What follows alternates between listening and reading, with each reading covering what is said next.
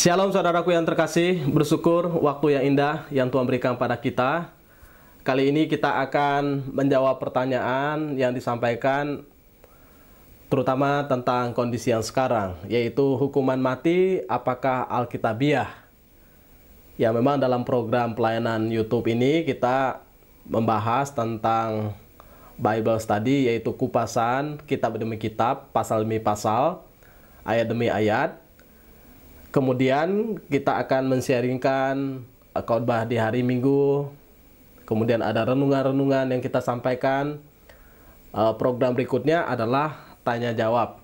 Nah, jika Bapak Ibu sekalian ada pertanyaan-pertanyaan yang mungkin selama ini menggelisahkan hati, saya akan menjawabnya menurut pandangan Alkitab. Sehingga silahkan dikirim kepada kami melalui komentar di channel YouTube ini, atau juga bisa dikirimkan melalui WA ke 081 31500 6561, sehingga kita bisa mempunyai pemahaman yang utuh dari sudut kebenaran firman Tuhan. Nah, kali ini pertanyaannya yang akan saya jawab, hukuman mati apakah alkitabiah? Kita memperhatikan bagian ini. Kita harus memperhatikan bahwa semua manusia diciptakan oleh Tuhan dalam gambar dan rupanya. Artinya semua kita diciptakan dalam peta dan teladan Allah yang sempurna. Tidak ada satu orang pun daripada kita yang tidak berharga, sehingga kita harus menghormati, menghargai kehidupan orang lain. Dan kita harus menjunjung tinggi ciptaan Tuhan yang merupakan peta dan teladan Tuhan itu sendiri. Sehingga kita tidak boleh mengambil nyawa orang lain atau menginginkan kematian orang lain. Karena memang yang berhak atas kehidupan dan kematian adalah Tuhan itu sendiri. Tuhan pemilik, Tuhan pencipta, Tuhan sumber kehidupan bagi umat manusia. Dan Allah sudah merancang tiap-tiap orang dengan caranya yang luar biasa. Manusia dimampukan untuk berinteraksi dengan Allah, sehingga kepada manusia dihembuskan nafas hidup dari Allah. Tetapi manusia juga dimampukan untuk berinteraksi, berrelasi, bahkan mengasihi sesama. Sehingga Tuhan mengambil tulang rusuk daripada Adam, kemudian dibangunlah atau diciptakanlah seorang wanita yang akan menjadi pendamping. Sehingga ada relasi antara Adam dan Hawa. Selain daripada relasi cinta kasih, ada relasi di mana mereka saling menghargai, terikat satu sama lain sebagai ciptaan Tuhan yang sempurna. Itulah sebabnya kita harus menghargai setiap orang. Dia kaya, dia miskin, dia punya jabatan, dia tidak punya jabatan, bahkan dia orang yang punya pangkat yang tinggi atau yang rendah, berpendidikan tinggi atau berpendidikan rendah. Semua manusia berharga, mulia, patut kita hormati, junjung tinggi nilai kehidupan mereka. Kalau di luar negeri, orang begitu menghargai kehidupan orang lain. Nah, saya pikir bukan hanya di luar negeri, tetapi harusnya dalam tataran kehidupan kita secara normal kita harus menghargai semua orang. Larangan untuk membunuh sebetulnya sudah disampaikan mulai dari kitab Kejadian, termasuk juga hukum Taurat, termasuk juga nanti kita perhatikan di dalam kitab-kitab Perjanjian Baru. Karena memang Tuhan menciptakan manusia supaya manusia itu mengasihi, bukan untuk membunuh.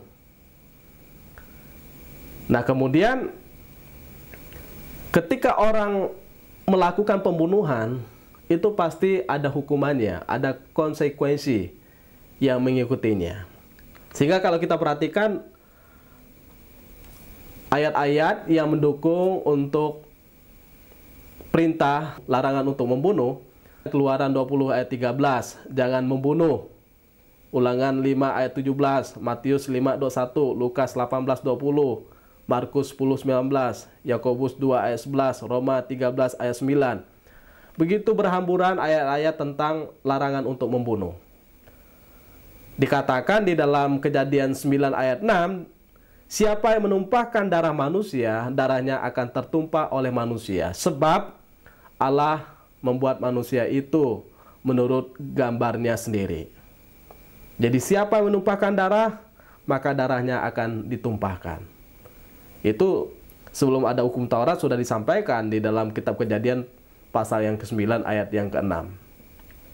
Kemudian di dalam Matius 5 ayat 21, kamu telah mendengar yang difirmankan kepada nenek moyang kita, jangan membunuh. Siapa yang membunuh harus dihukum. Hukumnya jelas, dihukum mati. Biasanya yang dihukum mati adalah orang yang membunuh, orang yang berzina. Nah, kemudian orang yang mengajarkan ajaran yang sesat. Ada kriteria-kriteria di mana orang layak untuk dihukum mati. Yang pasti pembunuh, kalau di dalam ketetapan Taurat, ya harus dihukum mati atau harus dibunuh. Di dalam 1 Petrus pasal 4 ayat 15, janganlah ada di antara kamu yang harus menderita. Mungkin dia tidak langsung dibunuh, tapi menderita sebagai seorang pembunuh, atau pencuri, atau penjahat, atau pengacau. Jadi janganlah seorang di antara kamu harus menderita sebagai seorang pembunuh.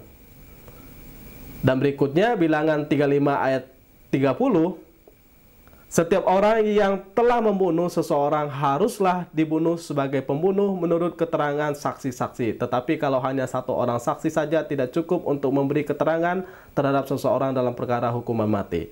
Seseorang yang membunuh harus dibunuh, tapi memang harus ada keterangan saksi. Tidak boleh satu saksi, ya minimal 2 saksi. Supaya apa? Supaya betul-betul tepat saksi ini menyampaikan tentang keterangannya. Apalagi ini berkaitan dengan hidup mati orang kan. Jadi betul-betul saksi yang benar. Kemudian Ulangan 19 ayat 11 sampai dengan 13, di situ juga dikatakan, tetapi apabila seseorang membenci sesamanya manusia dan dengan bersembunyi menantikan dia, berarti sengaja kan, lalu bangun menyerang dan memukul dia sehingga mati, kemudian melarikan diri ke salah satu kota itu, maka haruslah para tua-tua kotanya menyuruh mengambil dia dari sana dan menyerahkan dia kepada penuntut tebusan darah supaya ia mati dibunuh. Janganlah engkau merasa sayang kepadanya, demikianlah harus kau hapuskan darah orang yang tidak bersalah dari antara orang Israel supaya baik keadaanmu. Kalau orang terbukti membunuh dengan suatu rencana, bahkan dengan bukti-bukti yang sangat kuat, maka memang tidak ada alasan untuk orang itu kemudian dibebaskan.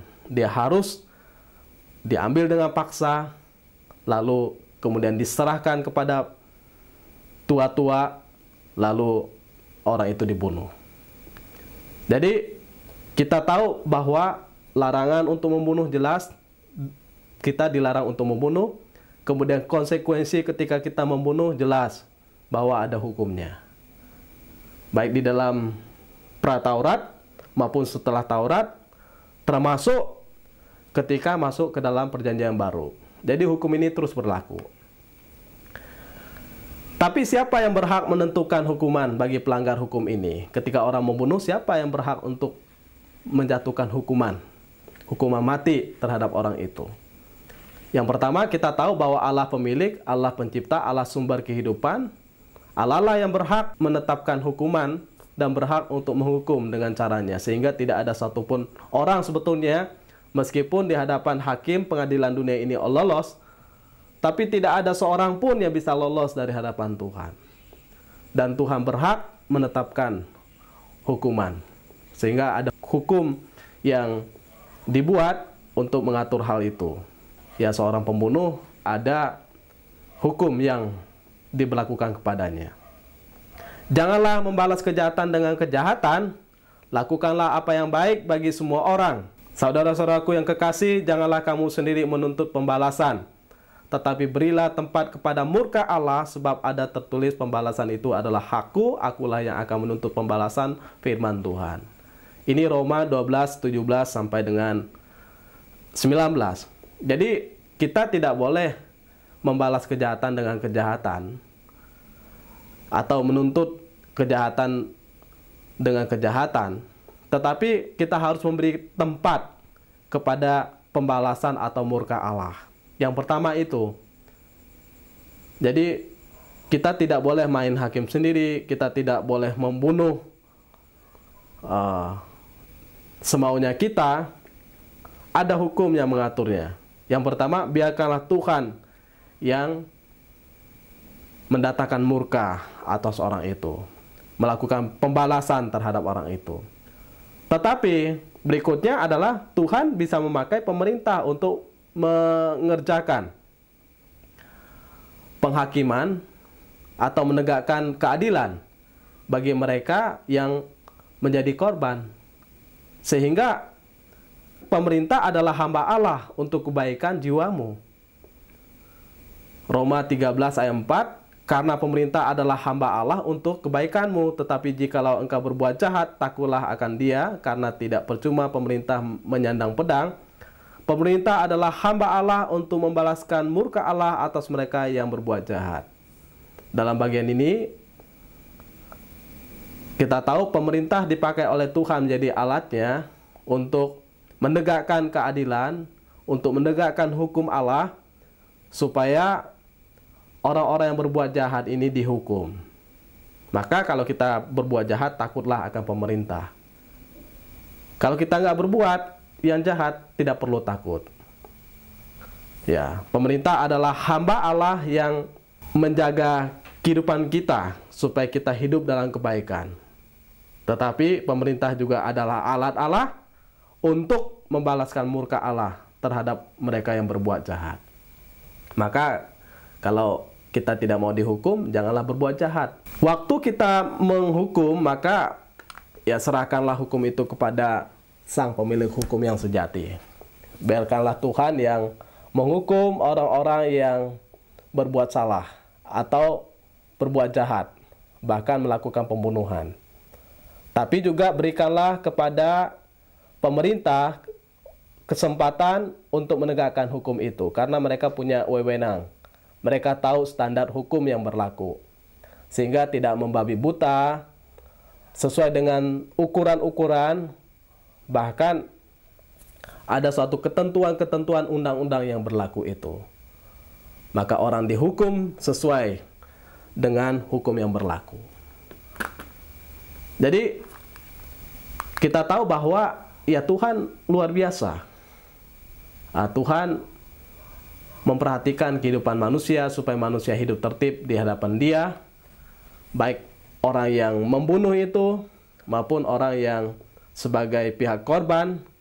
Mereka mengizinkan Tuhan untuk mendatangkan keadilan atas tiap-tiap masing orang. Nah, namun apakah harus selalu seperti itu? Ketika orang membunuh harus dibunuh? Apakah hukum membunuh ini final? Mutlak harus seperti itu? Kemudian ya tidak ada jalan lain. Kalau ada orang yang membunuh, kita harus bunuh. Apakah mutlak? Ya saya pikir tidak mutlak. Apakah final? Tidak selalu final.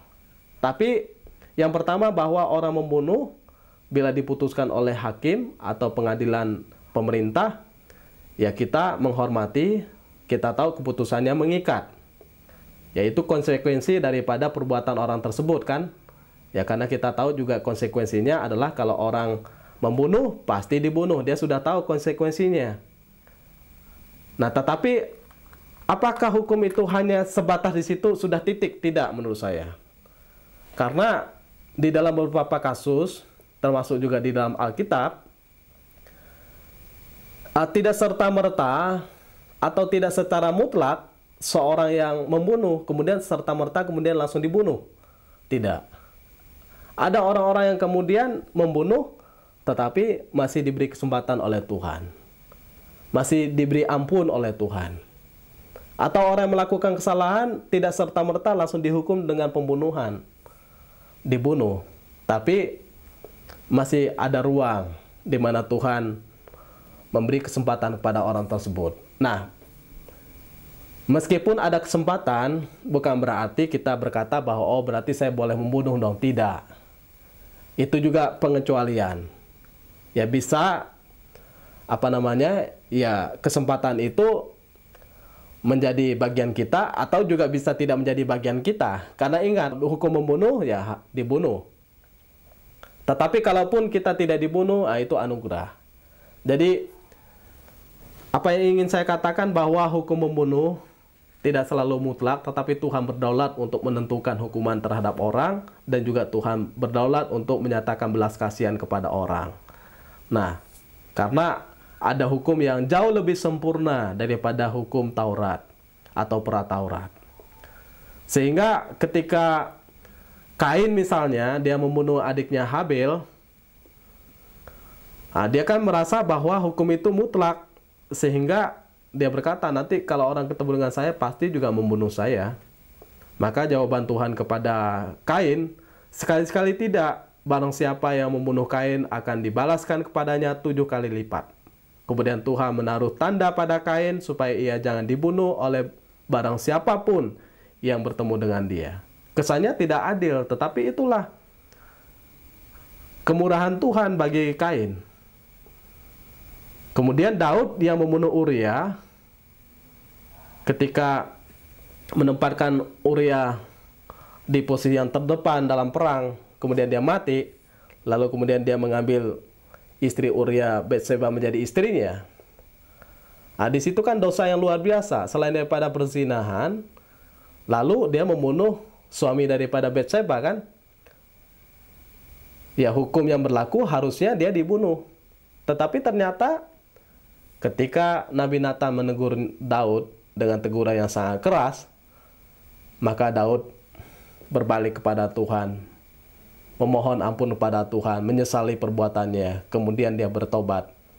Lalu dia berkata, Tuhan jangan ambil rohmu daripadaku. Ya, dia mendapatkan kesempatan daripada Tuhan untuk kembali kepada kehendak dan kemauan Tuhan. Termasuk juga perempuan yang kedapatan berbuat zina, dia diampuni oleh Tuhan. Biasanya kalau orang berzina, entah itu laki-laki dan perempuan, ya memang di sini kesannya tidak adil karena perempuan saja yang ditangkap. Harusnya kan kalau berzina kan 2 orang, nggak mungkin 1 orang. Nah, sehingga waktu perempuan itu ditangkap, orang semua ingin merajam dia dengan batu. Tetapi ternyata Yesus memberikan suatu kesempatan pengampunan kepada dia. Pergilah, jangan berbuat dosa lagi. Artinya berhenti berbuat dosa. Sekarang jangan berbuat dosa lagi. Ya, hiduplah benar. Ya kan, sesuai dengan kehendak Tuhan. Ada kesempatan, ada pengampunan yang diberikan. Jadi kadang-kadang ada orang yang diberikan kesempatan dan diampuni oleh Tuhan, meskipun harusnya mereka dihukum, bahkan hukumannya harusnya mati. Namun ya kesempatan yang seperti ini kan juga memberikan suatu pemahaman kepada kita. Ternyata keadilan adalah yang pertama, ketika orang itu membunuh, harusnya dibunuh. Ketika orang itu merusak mata kita, maka kita merusak mata dia. Ketika orang itu membuat tangan kita rusak, maka kita merusak tangannya. Kan ada istilah di dalam Alkitab, mata ganti mata, gigi ganti gigi, tangan ganti tangan gitu kan. Artinya bahwa menurut satu standar, ada hukum yang berkata kalau mati ya mati, berarti impas, itulah keadilan. Jadi kita merasa puas karena ini sudah dikerjakan. Tetapi ada hukum yang lain yang ternyata Yesus kerjakan. Ketika orang ini harusnya dihukum, ternyata tidak dihukum seperti yang kita mau, keadilan yang seperti yang kita mau, yaitu dengan cara mengampuni. Apakah ini tidak adil? Nah, ini bagian berikut yang ingin saya sampaikan, bahwa orang membunuh, dibunuh itu adil. Orang membunuh, diampuni, itu pun adil di mata Tuhan. Artinya keadilan itu berdasarkan daripada siapa yang memberikan suatu anugerah, suatu kasih kepada orang tersebut, kesempatan kepada orang tersebut. Ya, meskipun catatan kita adalah jangan membunuh. Jadi Dengan kata lain, menegakkan keadilan tidak selalu seperti yang kita inginkan, seperti yang sudah ada dalam konsep kita ini. Karena bagi kita adalah menegakkan keadilan seperti itu tadi. Kalau orang membunuh, kita bunuh. Kalau orang bersalah kepada kita, kemudian melakukan sesuatu yang tidak adil kepada kita, maka bagi kita keadilan itu harus ditegakkan. Ya. Karena kita belajar daripada hukum yang lain adalah cara menegakkan keadilan selain daripada yang saya sampaikan tadi, maka kita bisa belajar dari teladan Allah Bapa di sorga yang menegakkan keadilan dengan cara yang mulia, dengan cara yang sangat luar biasa, yang membuat kita diselamatkan, yaitu Allah menegakkan keadilan dengan cara mengutus anaknya untuk menyelamatkan kita, mengorbankan anaknya untuk menyelamatkan kita. Jadi yang harusnya kita binasa karena memang upah dosa adalah maut, maka anaknya inilah yang mati menggantikan kita sehingga kita beroleh kehidupan. Jadi dalam aspek keadilan, dosa harus dihukum, iya, tapi dihukum bukan dihukum ditimpakan kepada kita, tetapi dihukum ditimpakan kepada anaknya. Mengapa dia melakukan semuanya itu? Ya karena dia mengasihi kita. Nah, kita mengerti kita yang berdosa harusnya mati, tetapi ternyata karena Allah begitu mengasihi, Kristuslah yang mati supaya kita mengalami kehidupan. Kristuslah menanggung. Ya dengan kata lain bahwa Allah sebetulnya menanggung keadilan itu di dalam dirinya. Allah tidak menimpakan keadilan pada manusia supaya manusia menanggungnya, tapi menimpakan keadilan pada dirinya melalui anaknya yang harus mati, sehingga keadilan itu menjadi ditegakkan. Manusia dihukum karena Yesus yang menanggung, tetapi manusia dikasihi karena Kristus datang mengasihi kita, mengorbankan dirinya. Nah, Allah menegakkan keadilan dengan cara berkorban. Ini korban yang sangat mahal harganya, karena dia rela menimpakan keadilan pada dirinya.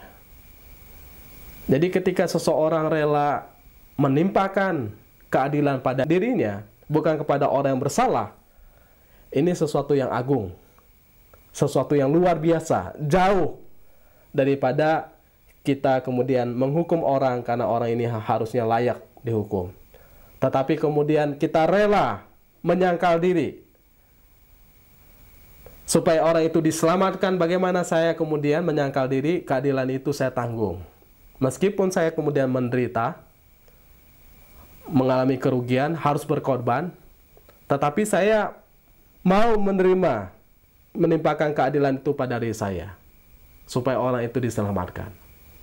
Nah, ini saya sebut penyangkalan diri yang luar biasa, bahwa orang ini mempunyai hati yang besar.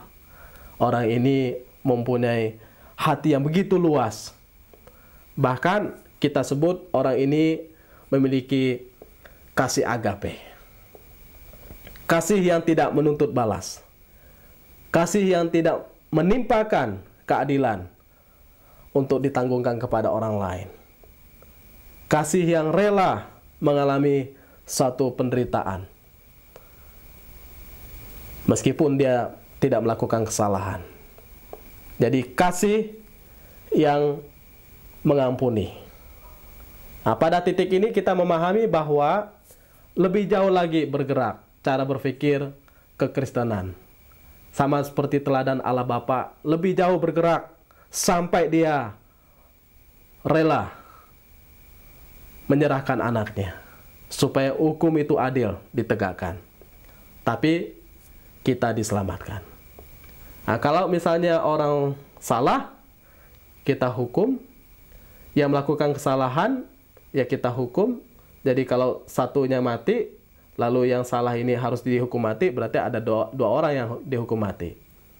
Tapi kalau misalnya orang jahat kita jahat, maka ada dua orang yang berbuat jahat. Bertindak adil sejatinya kadang-kadang tidak menimpakan keadilan kepada orang lain. Tapi bertindak adil, ya sejatinya mau menanggung keadilan itu pada diri kita sendiri. Menimpakan, dalam istilah saya, menimpakan keadilan itu pada diri kita. Sehingga waktu ditanya oleh muridnya, berapa kali kita harus mengampuni orang? Ternyata bukan 7 kali. Meskipun itu angka yang sangat sempurna dan genap. Ternyata sampai 77 kali. Ini menggambarkan tentang sikap hati yang mau segenap, mau totalitas, mau sampai habis tidak tersisa, bahkan secara seluruhnya, semuanya, secara sempurna diberikan kepada orang yang dikasihi, bahkan yang tidak layak dikasih itu. Memberi pengampunan kepada orang yang sampai kita tahu dia tidak layak sebetulnya. Tapi itulah kasih agape. Sehingga ada perumpamaan tentang seorang hamba yang berutang kepada tuannya sebesar 1000 talenta. Dia tidak mampu membayarnya. Tetapi kemudian sang tuan itu bermurah hati. Dia memberikan suatu belas kasihan kepada hambanya itu, sehingga hambanya itu dibebaskan dari hutangnya. Padahal harusnya dia harus membayar. Itulah anugerah, itulah kasih. Sehingga kita bisa memperhatikan apa yang Yesus katakan di dalam Matius 5, 40-48. Ini menjadi lebih terang lagi. Bahwa Yesus berkata, kamu telah mendengar firman, mata ganti mata dan gigi ganti gigi. Tetapi aku berkata kepadamu, janganlah kamu melawan orang yang berbuat jahat kepadamu. Melainkan siapapun yang menampar pipi kananmu, berilah juga kepadanya pipi kirimu. Dan kepada orang yang hendak mengadukan engkau karena mengingini bajumu, serahkanlah juga jubahmu. Dan siapapun yang memaksa engkau berjalan jauh, sejauh 1 mil, berjalanlah bersama dia sejauh 2 mil. Berilah kepada orang yang meminta kepadamu, dan janganlah menolak orang yang mau meminjam daripadamu. Kamu telah mendengar firman, kasihilah sesamamu manusia, dan bencilah musuhmu. Tetapi aku berkata kepadamu, kasihilah musuhmu, dan berdoalah bagi mereka yang menganiaya kamu. Karena dengan demikian kamu menjadi anak-anak Bapamu yang di sorga, yang menerbitkan matahari bagi orang yang jahat dan orang yang baik, dan menurunkan hujan bagi orang yang benar dan orang yang tidak benar. Apabila kamu mengasihi orang yang mengasihi kamu, apakah upahmu? Bukankah pemungut cukai juga berbuat demikian? Dan apabila kamu hanya memberi salam kepada saudara-saudaramu saja, apakah lebihnya daripada perbuatan orang lain? Bukankah orang yang tidak mengenal Allah pun berbuat demikian? Karena itu, haruslah kamu sempurna, sama seperti Bapamu yang di sorga adalah sempurna. Dengan kata lain, dalam bagian ini, bertindaklah lebih daripada takaran yang sudah ada. Mata ganti mata, gigi ganti gigi, bunuh ganti dibunuh. Itu kan takaran yang memang tidak ada salahnya. Tetapi ini takaran yang sudah ada, yang biasanya terjadi. Tetapi jauh daripada itu, bagaimana kita melakukan hukum yang lebih sempurna? Sama seperti teladan Allah kita, yang melakukan segala sesuatu sampai sempurna, bukan pada takaran yang wajarnya. Nah, ini menarik. Saya mendapatkan pemahaman ini, saya pikir ini luar biasa. Inilah yang membedakan nilai kekristenan, ajaran kekristenan dengan ajaran yang lain. Ketika orang hanya dalam tataran yang biasa, yang sewajarnya, yang dalam standar rata-rata, maka kita melangkah lebih. Ketika mata ganti mata, gigi ganti gigi, ya kita tidak mau mata ganti mata, gigi ganti gigi. Malah kita memberikan tempat yang berbeda. Ketika misalnya orang berbuat jahat kepada kita, maka dikatakan dalam bagian ini, dia menampar pipi kanan, ya kita justru memberi pipi kiri. Ini kan konyol kan? Tapi itulah standar yang lebih yang Tuhan berikan kepada kita supaya melakukan hukum kasih itu.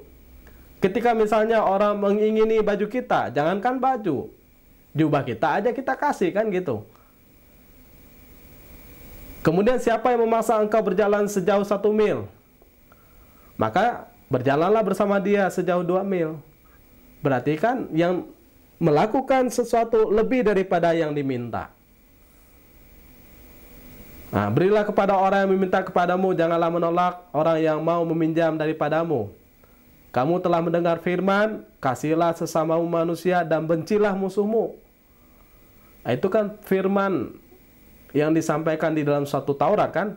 Tetapi Yesus berkata, aku berkata kepadamu, kasihilah musuhmu dan berdoalah bagi mereka yang menganiaya kamu. Mungkin saudara berpikir, apa Niko berarti menggugurkan hukum Taurat? Saya tidak menggugurkan hukum Taurat. Memang 1 iota pun Yesus juga tidak gugurkan. Tetapi hukum Taurat ini adalah hukum bayang-bayang yang disempurnakan di dalam Tuhan Yesus Kristus yang menyempurnakan hukum ini. Kalau kita hanya mengerjakan hukum ini, ya kita tidak selamat. Tetapi kita selamat adalah di dalam hukum anugerah, hukum kasih yang Tuhan kerjakan. Nah, kita belajar daripada Tuhan Yesus yang melakukan lebih daripada takaran Taurat. Karena hukum di atas segala hukum kan Yesus Kristus. Nah, sehingga ini standar yang lebih yang Tuhan berikan, lebih daripada standar hukum Taurat. Meskipun kalau kita pun menegakkan seperti yang Taurat mau, itu bukan sesuatu yang masalah, tetapi lebih baik kalau kita bisa mengerjakan seperti yang Yesus katakan ini. Ya, kasihilah musuhmu. Nah, ini kan nggak gampang kan? Dan berdoalah bagi mereka yang menganiaya kamu. Mengasihi musuh susah, apalagi kita mendoakan dia. Tetapi itulah suatu standar yang dipaksakan kepada kita supaya kita memiliki nilai lebih, standar lebih, kehidupan yang berbeda dengan dunia ini. Karena ayat 45 dalam pasal 5 Matius ini, karena dengan demikian kamu menjadi anak-anak Bapamu yang di sorga. Artinya sebagaimana Bapa kita berbuat, begitulah anak berbuat. Yang menerbitkan matahari bagi orang yang jahat. Ya, Tuhan memang tidak membedakan. Orang yang jahat pun dapat matahari. Dan yang menurunkan hujan bagi orang yang benar dan tidak benar. Tuhan tidak membeda-bedakan, matahari dan hujan Tuhan berikan sama-sama kepada semua orang. Tetapi pemahaman saya waktu saya membaca bagian ini, ternyata bagaimana juga kita menerbitkan cahaya, terang, bahkan berkat, bahkan kasih kepada orang yang benar, bahkan kepada orang yang tidak benar. Nah, itulah standar kehidupan kita jauh beda dengan mereka itu. Kalau orang hanya bisa menuntut suatu pembalasan sesuai dengan hukum yang sudah ada, maka jauh daripada itu kita bisa mengerjakan sama seperti yang Tuhan mau. Apabila kamu mengasihi orang yang mengasihi kamu, ya ini kan standar biasa, apakah upahmu? Bukankah pemungut cukai juga berbuat demikian? Berarti kita sama kan? Dan apabila kamu hanya memberi salam kepada saudara-saudaramu saja, apakah lebihnya daripada perbuatan orang lain? Bukankah orang yang tidak mengenal Allah pun berbuat demikian? Orang yang tidak mengenal Allah pun tahu tuntutan-tuntutan yang standar, yang sewajarnya. Tetapi karena kita anak Allah, kita ingin hidup sempurna, sama seperti Allah kita adalah sempurna, karena itu haruslah kamu sempurna, sama seperti Bapamu yang di surga adalah sempurna, maka kita mengerjakan sampai taraf totalitas, segenap, tidak tersisa, dan sempurna. Maka ya Yesus tidak membatalkan hukum Taurat, justru Yesus lebih jauh berjalan daripada hukum Taurat itu. Nah, itulah hukum kasih. Ya, Yesus datang untuk menyempurnakan hukum Taurat sampai pada titik tertinggi, bukan pada pusatnya manusia, tetapi kemuliaan Allah Bapa di sorga. Jadi bukan bagaimana saya kemudian, saya bisa mendapatkan keadilan sehingga ya saya puas. Bukan hanya titiknya saya ya, tetapi kemudian bagaimana ketika saya melakukan yang lebih lagi, Bapa saya di sorga itu dimuliakan. Nah, itulah titik puncak yang harus kita capai. Bapa di sorga itu dimuliakan. Maka ketika kita mengalami perbuatan jahat daripada orang jahat, ya ini adalah suatu momentum untuk menyatakan, untuk mendemonstrasikan kasih Allah kepada orang-orang yang melakukan kejahatan pada kita. Sehingga berdoalah bagi mereka yang menganiaya kamu. Ini kan demonstrasi kasih. Ya, berbuat baiklah kepada mereka yang jahat kepada kita, kan itu. Jadi demonstrasi kasih itu terlihat nyata dalam kondisi apa? Ketika orang tidak melakukan hal yang baik pada kita. Jadi menyatakan kasih Kristus kepada sesama, meskipun kita harus mengalami suatu kondisi yang menderita. Sehingga kalau kita perhatikan di dalam Roma 12 ayat 19-21, dikatakan, saudara-saudaraku yang kekasih, janganlah kamu sendiri menuntut pembalasan, tetapi berilah tempat kepada murka Allah, sebab ada tertulis pembalasan itu adalah hakku, akulah yang akan menuntut pembalasan, firman Tuhan. Kemudian bagian seterusnya, tetapi jika seterumu lapar, nah ini lebih dalam lagi, kita bukan hanya minta untuk mengasihi, mengampuni, tetapi jika seterumu lapar, berilah dia makan. Jika ia haus, berilah dia minum. Artinya kan sampai pada tuntutan, bukan hanya saya nggak dendam, saya tidak benci, saya sudah mengampuni, tapi perbuatan nyata. Kalau dia lapar, dia seteru kita, berilah dia makan. Kalau dia haus, berilah dia minum. Dengan berbuat demikian, kamu menumpukan bara api di atas kepalanya. Janganlah kamu kalah terhadap kejahatan, tetapi kalahkanlah kejahatan dengan kebaikan. Ini hukum Tuhan yang luar biasa ya. Ketika orang berbuat jahat, kita mengalahkan kejahatan itu bukan dengan kejahatan, tetapi dengan kebaikan. Menumpuk bara di atas kepalanya. Kemudian bagaimana kita bersikap jauh lebih baik daripada orang itu. Nah, ini merupakan suatu perenungan sekaligus suatu pemahaman bahwa ada pemahaman Taurat seperti ini, ada pemahaman dalam hukum kasih, dalam hukum anugerah, dalam hukum pengampunan yang Tuhan nyatakan, teladani, bahkan ajarkan kepada kita bagaimana kita bersikap. Nah, waktu kita mau menjalankan sampai pada titik sempurna, saya pikir itulah panggilan kehidupan kita. Maka kalau kita menghadapi kondisi seperti ini, bicara tentang boleh nggak orang yang membunuh dibunuh, ya memang hukum menyatakan seperti itu, hukum Taurat. Memang dalam PB dikatakan juga seperti itu di dalam Roma, karena pemerintah mempunyai hak untuk mengerjakannya. Tetapi kita yang sebagai korbannya, bisa nggak kita lebih jauh? Ya memang pemerintah harus menegakkan keadilan, karena memang ya pembunuh, ya ada hukumnya. Tetapi kita, bagaimana kita kemudian tidak terikat di dalam suatu perasaan di mana kita merasa sulit mengampuni atau lalu kita membenci. Bagaimana kita melangkah lebih jauh daripada titik itu? Nah, itu panggilan kita. Nah, sehingga jawaban saya adalah kalau kita bisa melakukan sampai kepada titik sempurna, bukan hanya mengasihi dalam tataran kasih yang biasa, tapi sampai kasih yang tidak menuntut balas, bahkan sampai kita berani untuk memberi makan, memberi minum, berdoa bagi musuh kita, itu luar biasa. Maka hiduplah sesuai dengan terang firman Tuhan, sehingga kita dimerdekakan. Terpujilah nama Tuhan. Amin.